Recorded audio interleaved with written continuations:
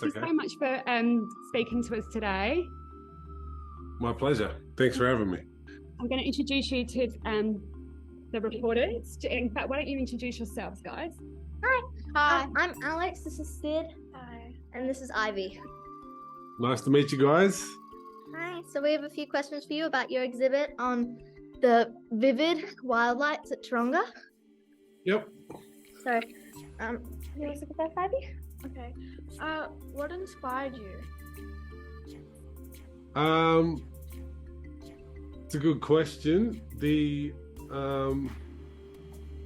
I guess to help answer the question, how I became involved with Vivid, I've been doing some work with the Taronga Zoo.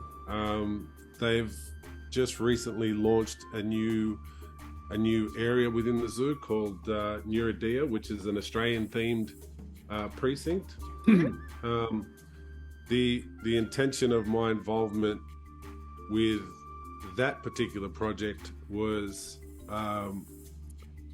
to help convey a message to the guests to the park around the importance of culture, the importance of, I guess, our connection to the environment, to the animals. So I'd already had, I guess, a relationship with them based on my goal as an artist to help convey those themes to the wider community. So when we sat down and spoke about Vivid,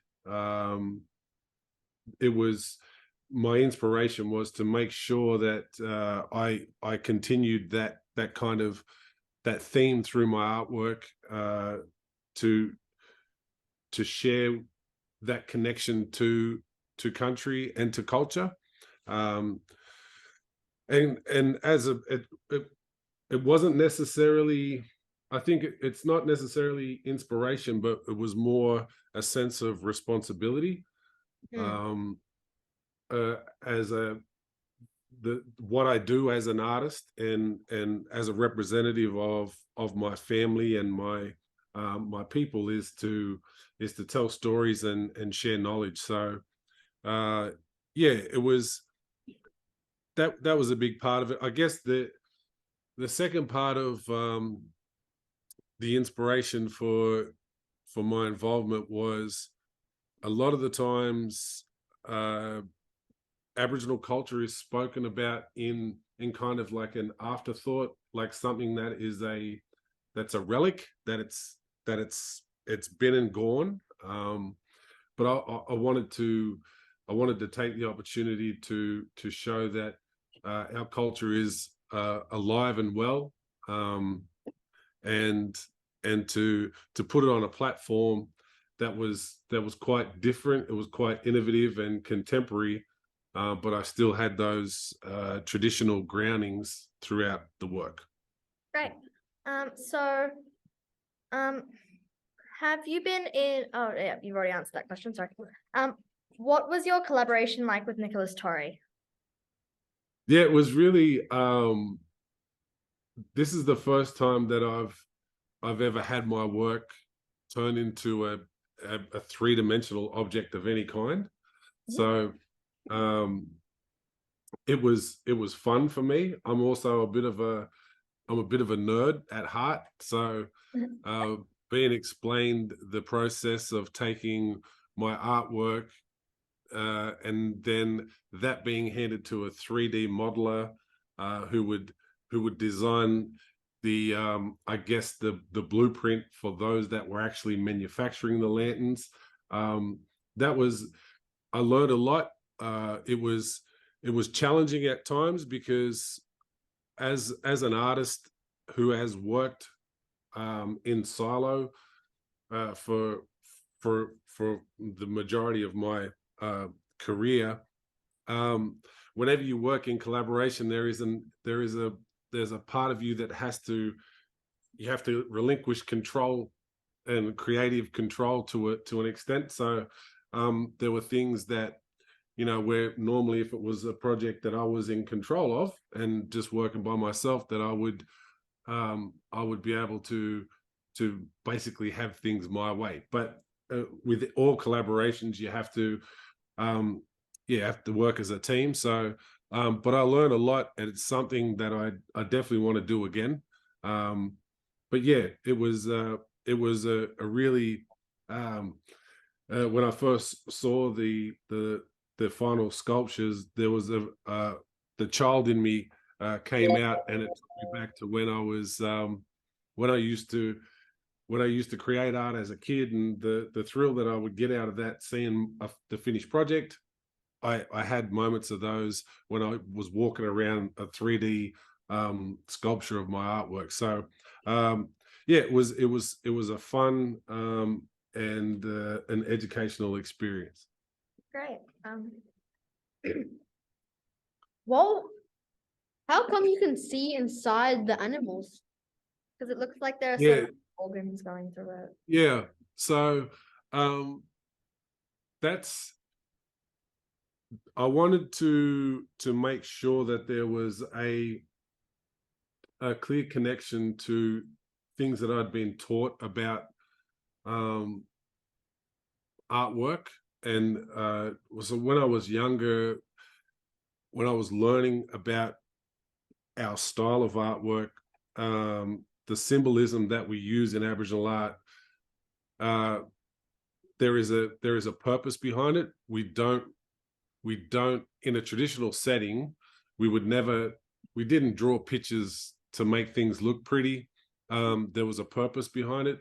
We wanted to tell a story. We wanted to make sure that there was a language, if that makes sense, through our artwork. So, for an example, there are other artists from my families that have their own style, but there are consistencies within their artwork that are identifiable.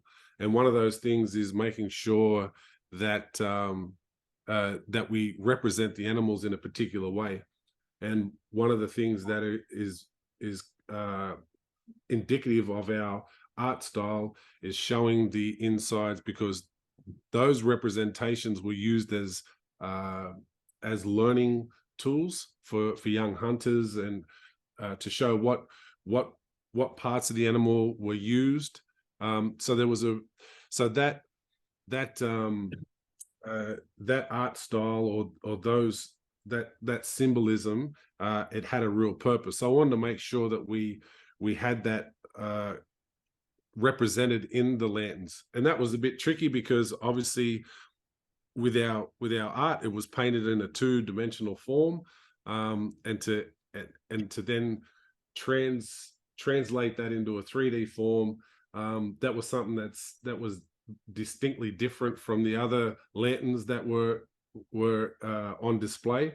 But I think that it really it translated well to the viewer, and it's probably the most common question that I've been asked is why we can see inside, because of our art style. So, what out of all the ones, all of your creations you made, what was your most favorite, or at least your top 3 if you can't choose?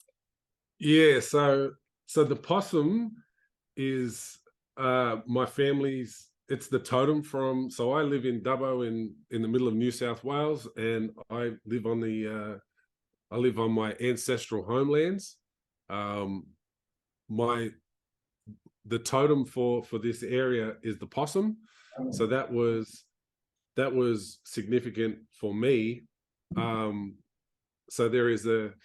I lean a bit towards him, because there is that connection culturally to him. But in terms of, I guess, the end result and how impressive the final production was, I really liked the dingo, even though the dingoes we don't have dingoes out here. So I don't have a cultural connection per se to a dingo, but I liked the way he was positioned. I liked the stance on him. traditionally he was known as like a guardian, and I thought that he looked like he was sort of like the guard dog. And I like the way that when you were walking down the path towards him, it looked like he's seen you before you seen him, because his head was kind of tucked behind the branches. So he was kind of like checking you out. So that was pretty cool. And I also like the kangaroo because of the I guess the light combination. And because he was in a sort of he was in motion. His pose was he was in motion, and it looked like he was off the ground. And yeah, so they were probably my top three: the possum, the dingo, and the kangaroo. Yeah, well, I think you've made something amazing that a lot of people really like. Thank you for your time.